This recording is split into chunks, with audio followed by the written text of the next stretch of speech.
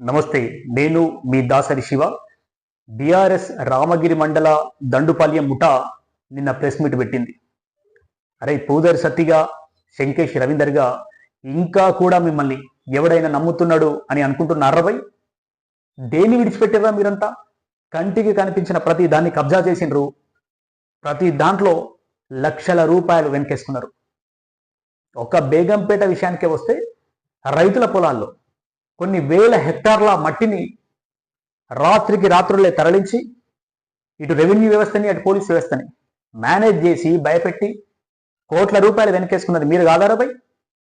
ఇక్కడ ఉన్నటువంటి క్రెషర్లని ఏ విధంగా వాడుకున్నారో జనానికి తెలియదా? సింగరేణికి సంబంధించి అక్కడ దొంగల ముఠాలని మీరు కాదా ఏర్పాటు చేసింది? మీరు సృష్టించిన దొంగల ముఠాలని ఇనుప సామానికి వాడుకొని ఆ ఇనుప సామాన్ను కూడా మీరు వెనకేసుకొని కొన్ని లక్షల రూపాయలు సంపాదించిన మాట నిజం కదా?